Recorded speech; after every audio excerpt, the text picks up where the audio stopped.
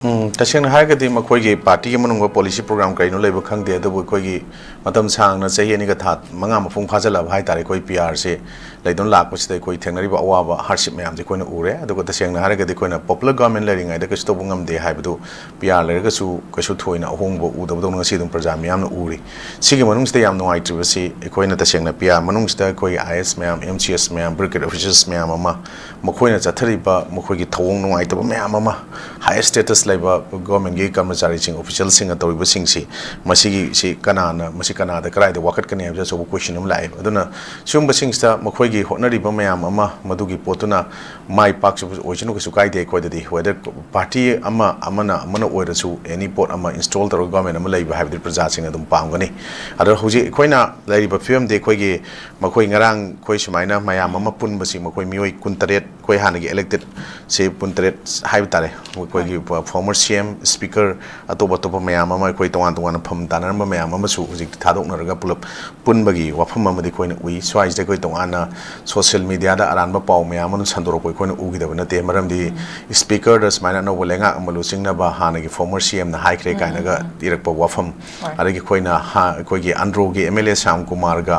कोइगी कनोगी MLA कनोगा कराम श्याम गा स्माइना boxing तौनगरे गाइगा इशलप खरा को अदना कोइना हुजिकसी सोशल मीडिया की प्लेटफॉर्म्स द पिरकपा न्यूज़ मैम सिंगसी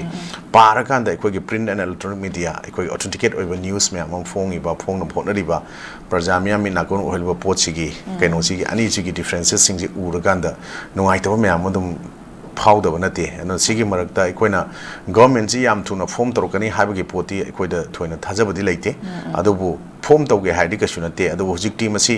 मोय मी मंगा मतरो उम पुंजलगा हेता अखोइना गवर्नमेंट अमा फॉर्म तौगेना क्लेम तौबदा अयाबा पिरकनी हाबगी पोती थाजदे अदुगा तसेंगना चमानना हिनानिमसली मखोइ मयाम से गवर्नमेंट अमा सेमगे हाना खन तारगदी मखोइगी सेंट्रल लीडर मयाम नसु अदुगा मखोइसे यानाबा म पोरकपदु लेरबा मतुंगददी कसु अकाइबा लेरवेना खली अदुना सोमदा कोइ कुकी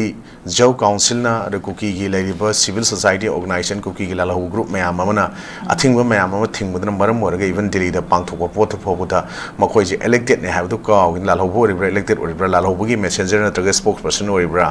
कुकी की एमएलए तरा दमुदी यावदब माली अदु मसिगी मथकता मखोइ कुंत्रेट पुनबसिदा कोइगी इंडिपेंडेंट होना कागिबा कोई जिरी की एमएलए उसक उदिंदी यावदि हाइबा पाव मसु कोना दमाइना ताइ हाइबा पोची कोई मोय सदर पटेल मार्क लेबा मणिपुर बाबंदा मोयगी अनौबा डेवलपमेंट सिंग मैम अमा पाइखटना बैदमक्ता सुमाइना पुनबनी हाइबा पोटनमा ताबसिगी ओइनदी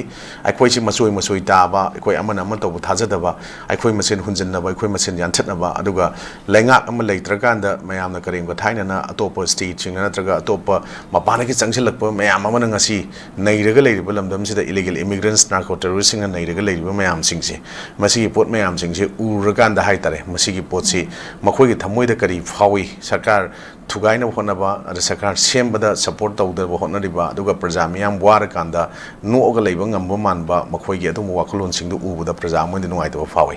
स्वाइदे इवन खोइ होजिकटी खोइ मणिपुर खतनते होजिक डिस्टर्ब तौरिबा पोटसे एंटायर नॉर्थ ईस्ट से लोइनमक तनिक तनिक निक लाउबा अखोइगी पोट अमखता लाए मरमदि करिनो हाइकांदा इवन ngarang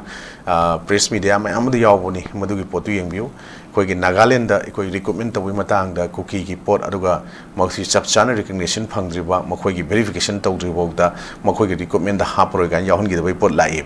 अदगी सोमदा सुबा मयाम सिंगसिदा हुजिक येंबियु गवर्नमेंट सि लेरिंगाइददी अखोइगी कुकी की अदुगा कुकी न तम तौरजे मोइना अम्ब्रेला द तुपगी हाइरबने कुकी नार्को टेररिस्ट सिंगना स्पॉन्सर तब सीएसओस मयाम सिविल सोसाइटी ऑर्गेनाइजेशन मयाम सिंगसिना ngak की ओइबा प्रेशर मयाम गवर्नमेंट के मथकता तौबा गवर्नमेंट थुगाइना सेंकुप सान थुगाइना होनबा मखोइगे सेपरेट एडमिनिस्ट्रेशन फंगनब होनबदा करिगुंबा मते येंगदबा पोत चथरकपदुदा नहान कोटुना तारीख 3 की मिडनाइट तगी हौगनी अंतरमबा कोई 48 आवर्स की नेशनल हाईवे ब्लॉकेट अदुम हंदोखियो अदो तागरी मखोइ सिगी मयाम सि कनाना तौरिनो कमाइना हंदोइनो हाइकांदा तसिंगना चाबी सि आदा सेंटर न लोइना पाइ हाइबदु मयेग सेंग ताइ मरमदि कैनो द मोय आदगी नान सु साइन तौनबा एग्रीमेंट तौनबा मतमदा मोगी सस्पेंशन ऑपरेशन लेरिबा कांगू कुलाई पाइबा यूपीएफ केनो कांगू की यूपीएफ कांगू की लेरिबा पोस्टिंग सिना तसेंगना हारगदी मखोइदि यानागिबा सिंगदा ब्लॉकेट हांगदोपा फ्री मूवमेंट रिजिम मधु मयाम सिंगदु यागदौनी हारका नोंगालगा मयाम मधुगी कोइ बफर जोन केनो तौबु लेते सि तौबुले हारिबा पोट मयाम दि मथकता ओपनली नेशनल हाईवे सुमाइना थिंगनी हाइम तरबा पोतु थिंगबा यारोय हारकोदा कसु तौबु ngamdrisine then इखोइना स्वाइदा free movement movement yarani athuba matamda haina police ki sources singdagi phongba news mayam da yaroga so koi free movement gi matang si yam nokningba kaino khra ikoi na social media da aduga even mayam am suji khana ne nare tonga tonga chelan de koi na ure koi gi army ki convoy gari mayam amna chappaga marakta gari ama pu duna free movement haiga dr brand mayam thangnai bu wahang sine aduna hojikti ikoi na pr ji election grabani na ikoi gi mihut na thagat khirba mayam sensu ka shu to bungam dan leirabani na yamna awaba phibam amada ngasi koi na mayok narga lei anu sumba mayam singse ta seng hagari ishagi iramdam ishagi pur ishagi jati sidi ikoi ishana ngakshaba natragadi upai leite hajaning mane haijari se aduna masigi pot sida ikoi ta sengna hujik ikoi makoina punsanna ba horokpa aduga makoina amato oina sumaina kenogi mayam gine khalla kanda masi khara sacrifice tawna kanda ikoi sumba government ama semna bo hona bugasi yam thuna semakpa taragadi masi praja sing sudum kana bo oigene na ismai thamjaningi natragadi ikoi ta sengna haragadi hujik si yamna awaba phibam amada leiji matak de hena waba masu oigene na ismai thamjagi